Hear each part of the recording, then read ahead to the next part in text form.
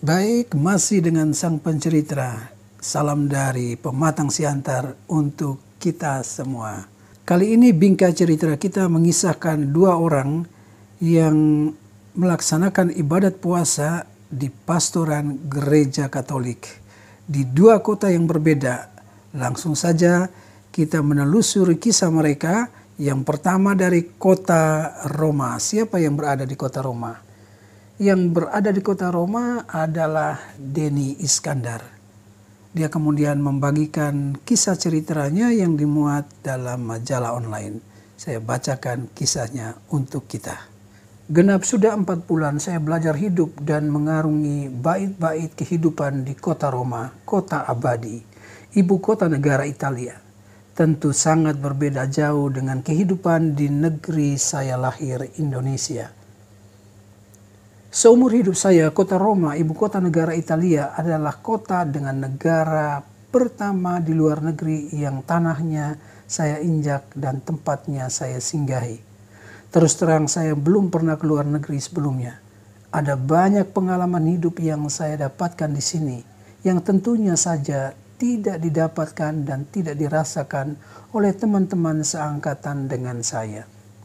Tidak pernah terbayangkan sebelumnya bahwa suatu waktu di dalam hidup saya akan merasakan bagaimana belajar dan kuliah di Pontifical University Thomas Aquinas Angelicum dan Università Pontificia Gregoriana, juga di Nostra Aetate Foundation yang terletak di Vatikan. Berkat wasilah atau pertolongan melalui perantaraan dari seorang pastor Katolik bernama Padre Marco SWD, saya bisa punya kesempatan belajar di kampus-kampus kepausan dan juga pada dikasterium kepausan milik negara Vatikan ini. Saya bersyukur diberi kesempatan untuk belajar secara formal di dua kampus dan di Nostra Aetate Foundation Office.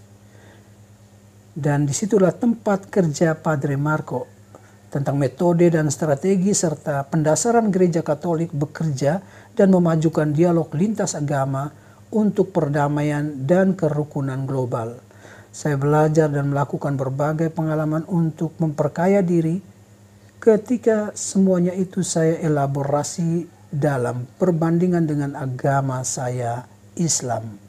Sungguh-sungguh ada banyak nilai bersama yang harus kita gali, kita refleksikan, dan kita cari aplikasi-aplikasi nyata agar membantu mendekatkan kita dan bekerja sama untuk kesejahteraan bersama. Sebagai orang Indonesia, saya merasa bangga bisa kenal dengan Padre Marco. Selain karena sosoknya yang humble, rendah hati, beliau juga sangat peduli dengan saya.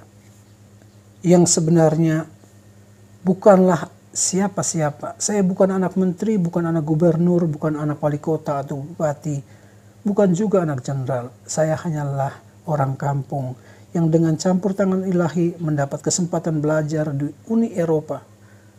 Jalan ilahi selalu beda dengan pikiran dan rencana manusia. Lepas dari itu, ada satu hal yang membuat saya merasa bangga bisa kenal dengan Padre Marco adalah beliau ini orang Indonesia yang bekerja di Kuria Takhta Suci dan negara Vatikan, negara paling kecil di dunia yang mempunyai kedaulatan serta mempunyai teritori utama seluas 0,44 km persegi dan sekaligus ekstra teritori di kota Roma dan sekitarnya. Negara kecil di bawah pimpinan Paus Fransiskus kelahiran Argentina ini terkenal sangat kuat pengaruhnya untuk sejarah dan peradaban dunia hingga saat ini. Bagaimana tidak? Saya yang dilahirkan dari keluarga yang bukan ningrat apalagi mapan, beasiswa full oleh Vatikan.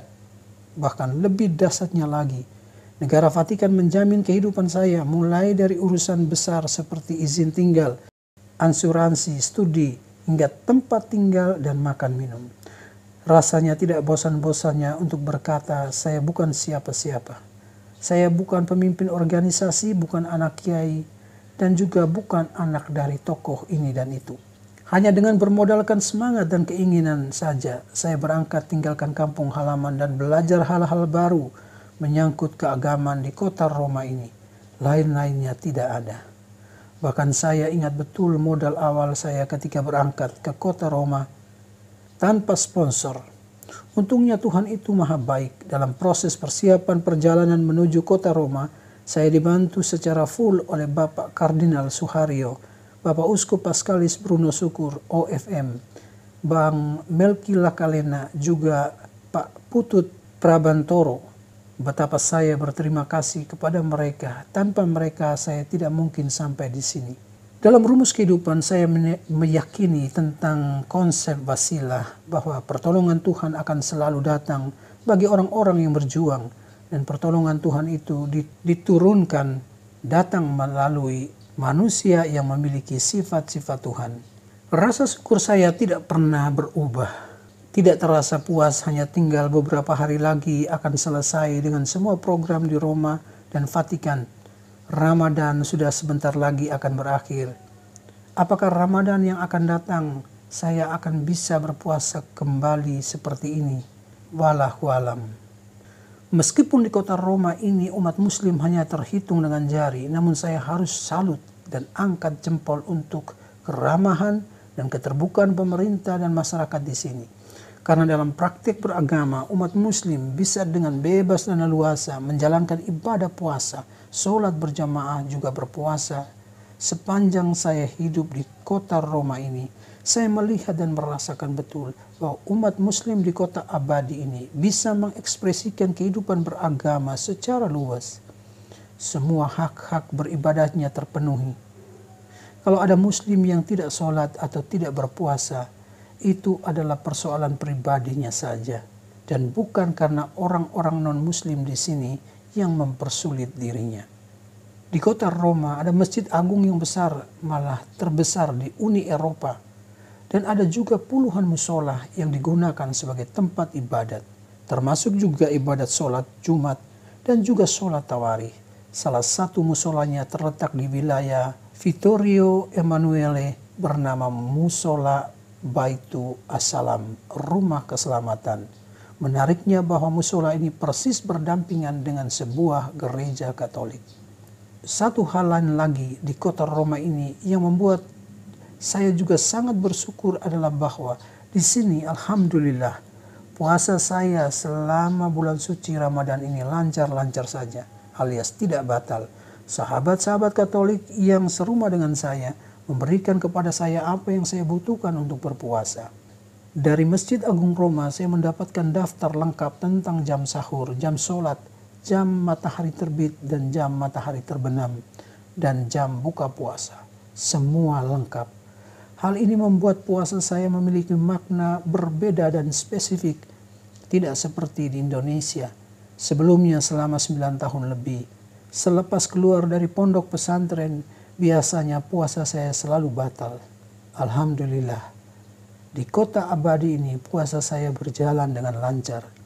Inilah salah satu keuntungan kalau kita sedikit keluar dari lingkungan sempit kita untuk mengenal dunia lain. Ada banyak hal indah yang kita temukan dan membantu memperlebar horizon kita, mengubah cara pandang dan cara paham kita. Yang kita takut-takutkan sebelumnya tidak harus semuanya benar.